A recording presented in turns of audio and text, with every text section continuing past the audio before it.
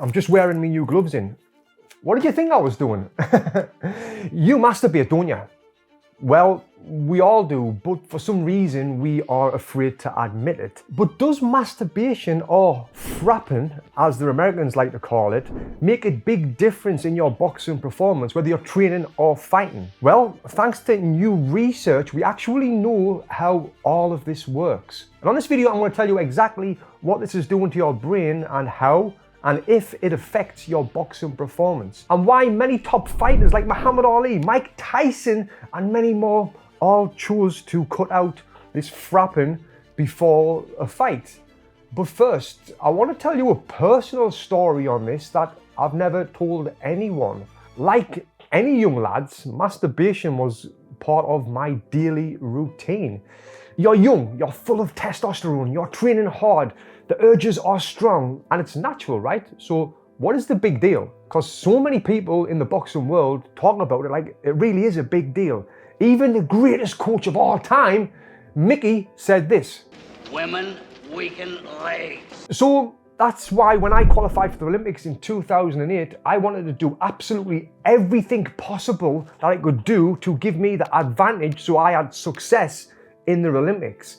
So I decided to go without ejaculating. No sex, no pulling the plonker, nothing at all. And that decision could have been the decision that helped me win that Olympic medal. But doing this was tough, lying in bed at night with these urges. But within a couple of weeks, I felt the difference. I was more explosive in training, I was more focused, I was more locked in. I felt like I had an edge that I'd never had before when I wouldn't do this. Now, maybe all of this was just in my head, or there's actually scientific research on this, which I'm going to go over in a second. But first, I need you to understand about testosterone, which is a hormone, and it plays a huge part in giving us the energy that we need, giving us confidence, and even that aggressive edge that you feel like you get when you're training and you're going really hard. Basically, this is the stuff that turns boys into men, and it helps men stay strong, stay sharp, stay powerful. So if your testosterone levels are low, this could be the reason why you are feeling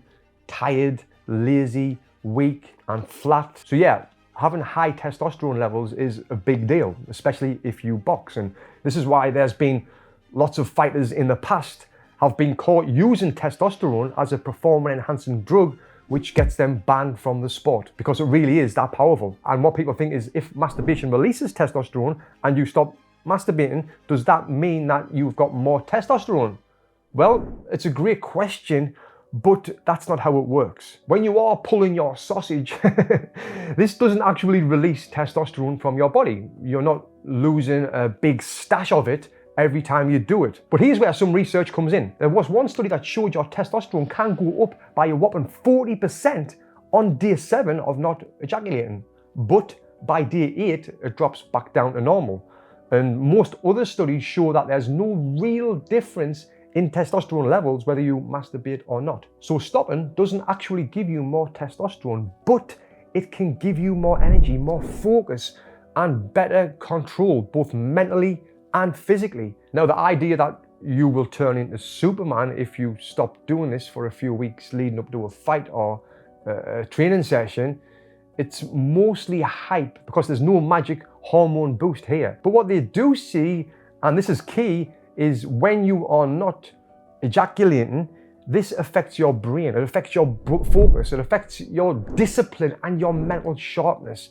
And this is where things get really interesting. And this is actually backed by science, that there's a chemical shift in your brain. When you do masturbate, this releases a dopamine, the feel-good chemical that you get from eating junk food or scrolling on social media or taking drugs or gambling. And when your brain gets a hit of this, it says, ooh, I feel good, I want to have more of this, let's do it again.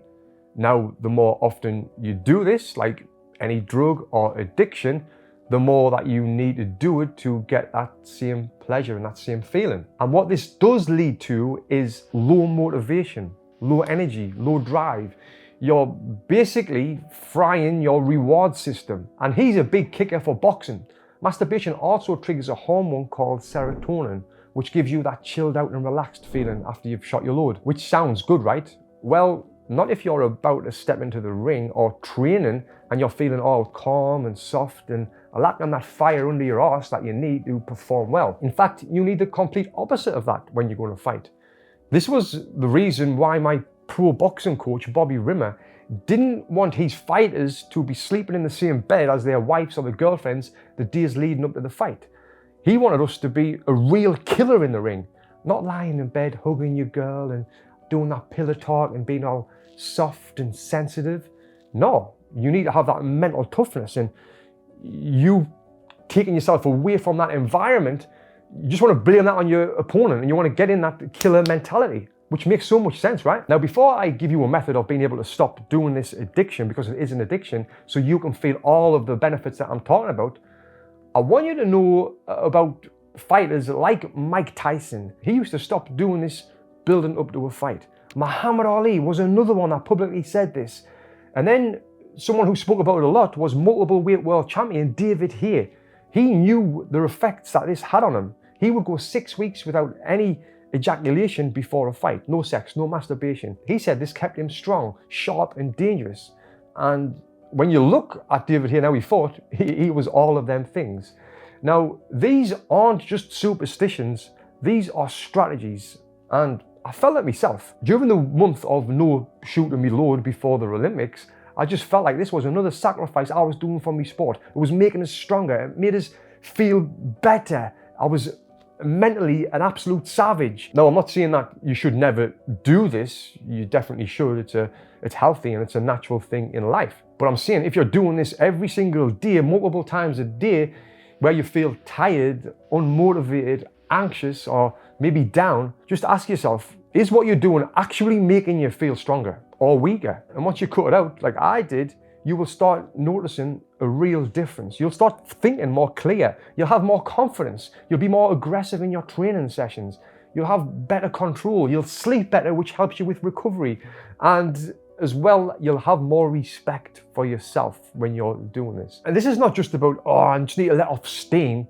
I'm talking about the addiction side of this, because it really does hijack your brain, especially when this porn is involved and you can get it anytime you want on your phone. So if you are watching this and you're thinking, yeah, I want to give this a try, Tony might be right on this, you should try this 5-step process that I'm going to give you, mate. And believers, try it and you'll see the results and you'll feel the benefits. So step number 1 is I want you to understand that you're not weak.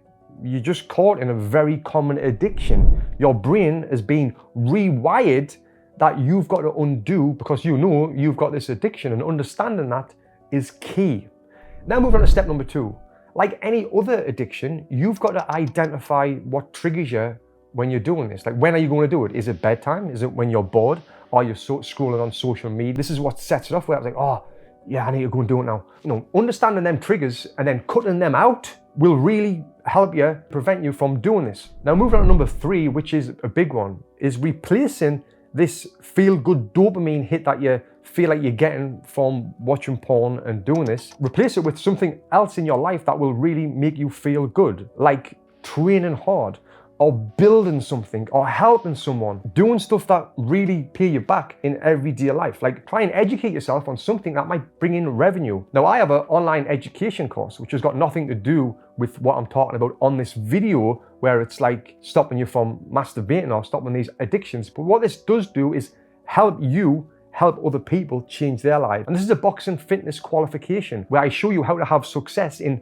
helping other people in their lives by teaching them boxing for fitness, not for fighting, and charging for them sessions as well. So you could be working on this qualification and helping people and being paid for it. Now, that's a huge dopamine hit right there by getting paid for teaching boxing for fitness. And you don't even have to have been a boxer to do this. If you're interested in this qualification, just go to boxingfitness.com and you get all the details there. Like I said, mate, that or anything else like that will replace that dopamine hit because you're doing well in life. Now, step number 4 is be ready when them urges come. Have a plan. Don't just think, oh, I'm going to give up now and be weak. Be mentally strong. Do something that will help you with your dopamine and serotonin levels. Like, you could, when you get that urge, you say, all right, I'm going to do 20 jumping jacks. All right, I'm going to do 20 burpee jumps now. Or I'm going to get in a cold shower. And doing things like exercise or getting in a cold shower what that does, it tells your brain that you've just achieved something, and it'll give you that feel-good dopamine hit that will replace the urge of doing the other thing. Now, step number 5 is be accountable. Just know that this is going to be hard. If you can, tell someone. It might be one of your friends what you're going to do, and even challenge them and say, let's see who can do it for the longest. And I'm telling you, mate, when you do this stuff, it's going to really help you in the gym and you'll see a big difference. And also what can help you in the gym is learning how to improve your stamina. So if you click here, I've done a full video showing you some stamina tips and tricks that will really help you. So click here and watch this video next.